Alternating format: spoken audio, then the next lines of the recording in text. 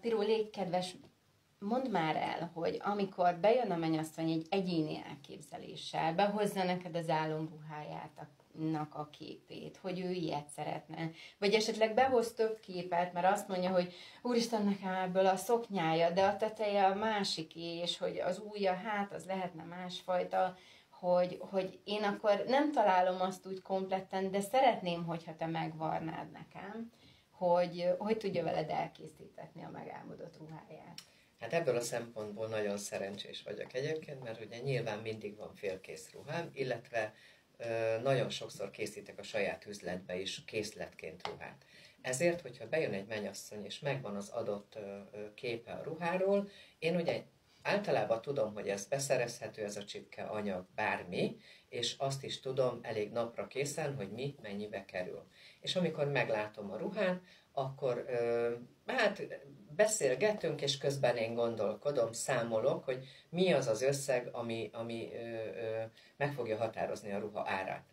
És az a lényeg, hogy ha varratásról beszélünk, akkor ugye ott még, tehát bensőségesebb a viszonyunk, többször fogunk találkozni a mennyasszonnyal, megismerem, esetleg nagyon sok esetben nagyon jó viszonyba kerülünk, imádom egyébként ezt a részét a dolgoknak, ruhapróbára legalább 3-szor kell majd eljönnie. A harmadiknál már az a lényeg, ha ott minden tökéletesen érez és lát, akkor ő már viheti a ruhát tőlem. Ha nem, akkor még esetleg ide egy gyöngy, vagy akármi, tehát egy ilyen picike kis aprólékos igazítás szükséges, akkor nyilván jön a 4. alkalom, de akkor kész a ruha. Anyagi vonzata, ez úgy működik, ugye a bérlésnél a bérleti díj fele a foglaló, itt viszont ugye én meghatározok egy összeget, hogy mennyibe kerül a ruha. A ruhakészítésnél szintén minden kelléket biztosítok. Ami ruhazsák, abroncs, fátyol, bolero, minden, ami varható. Tehát lehetetlen nincs. Csak azt nem tudom megcsinálni, amit nem akarok. De ugye ez nem nagyon szokott előfordulni, és az a lényeg, hogy itt viszont kiszámolom az összeget, és az anyagköltséget kell kifizetnie a mennyasszonynak. Itt nem kölcsönadási szerződést kötünk, itt átvételi elismervénnyel meghatározzuk az összeget, hogy ennyibe kerül a ruhának az anyagköltsége, ennyibe kerül majd a készítés költsége, és az anyagköltséget kérem előre. Nyilván, mert abból tudom megvenni a kellékeket.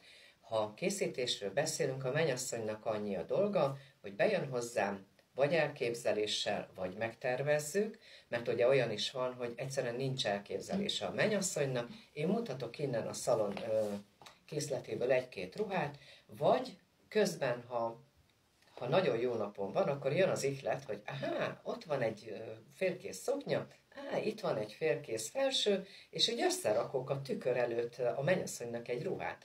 Ugye mindig van csipkém, mindig van gyöngyözött csipkém, és ide rakok, oda rakok 1-2 dolgot, és ott már látja a mennyasszony. Már el tudja képzelni.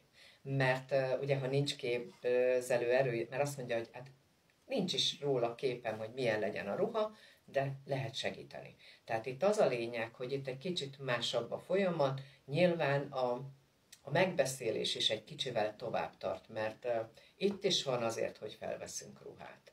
Tehát attól, hogy tudom, hogy nem csak, hanem készítés van, attól ugyanúgy felpróbáltatok vele ruhát, hogy lássa meg. A fazont legalább. A fazont, így van, sőt, az is lehet, hogy 2. Na, de mondjuk, ha olyan a mennyasszony, és én hozzáraktam egy szoknyát, egy felsőt és egy kis díszt, és azt mondja, hogy igen, akkor már jó úton járunk. Ha esetleg nincs elképzelés, vagy bizonytalan a mennyasszony, mint most is van egyébként 1-2 ilyen mennyasszonyom, akkor a felső részben, ha bizonytalan, ott a kicsit kiegészítők többet készítek el, és majd ő ki tudja választani. Tehát lehet segíteni.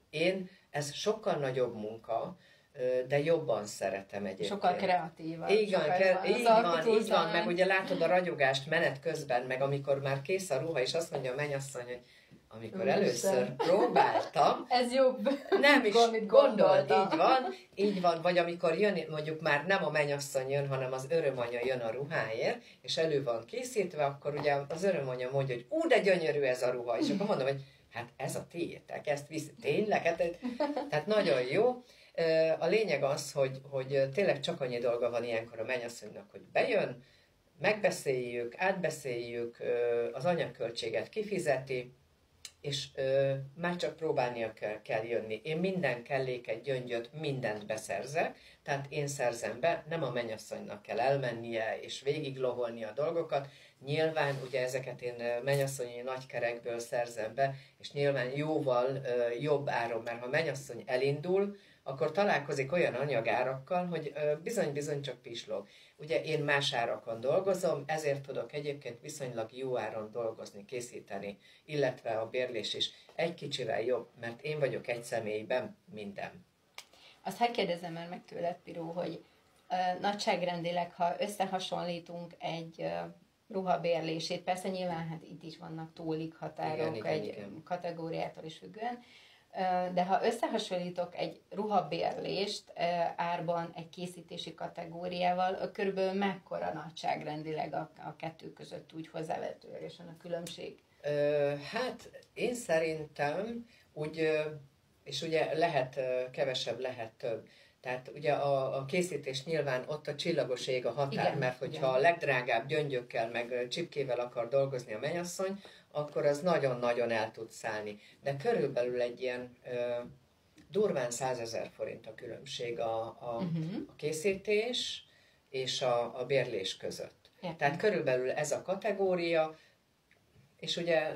Nyilván itt is vannak nagyságrendek. Persze, igen, így van, de így igen, van. Hogy végül is, hogy arányaiban mennyivel kell többet Tehát körülbelül egy 100 000 forint, de ugye nagyon sokan szeretik azt, amikor, és ugye én is ezért szeretem, sokkal nagyobb munka, de ezért szeretem, mert annak a ruhának csak a mennyasszony rezgése, igen, és az én rezgésem van. Tehát az a ruha, az gyakorlatilag a mennyasszonyon életre kell.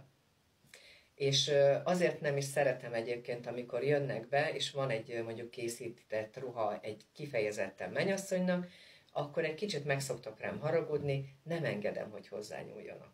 Pont azért, mert az legyen teljesen úgymond, az övé. Mástól szűz rezgésű ruha. És amit ugye mostanában már elkezdtem, és ugye már találkoztunk egy rendezvényen együtt, dolgoztunk, hogy elkezdtem már a mennyasszonyokat és a ruhákat behangolni. Ez egy külön plusz. Imádom egyébként, nagyon sokszor nem mondom el, és utána, amikor mondjuk egy bérlésnél jön vissza az örömanya, és mondja, hogy nem ismert a lányára, hogy fel volt szabadulva, akkor én annyira örülök, hogy igen, működik. Tehát én imádom egyébként ezeket a dolgokat, meg nagyon belsőséges a kapcsolat a lányokkal. Imádom. Igen. Nagyon szépen köszönjük, és jövünk a következő blokkal, ahol mennyasszonyoknak szeretnénk tanácsot adni. Jobban mondom, Piró, hisz ő ennek a szakavatott része. Én csak az eredményt örökítem meg a fotóim által, és Piró el fogja nektek mondani egy pár általános ruhaválasztási tanácsot, hogy mi mentén tudtok elindulni, hogy megtaláljátok a ruhátokat. Sziasztok! Hello!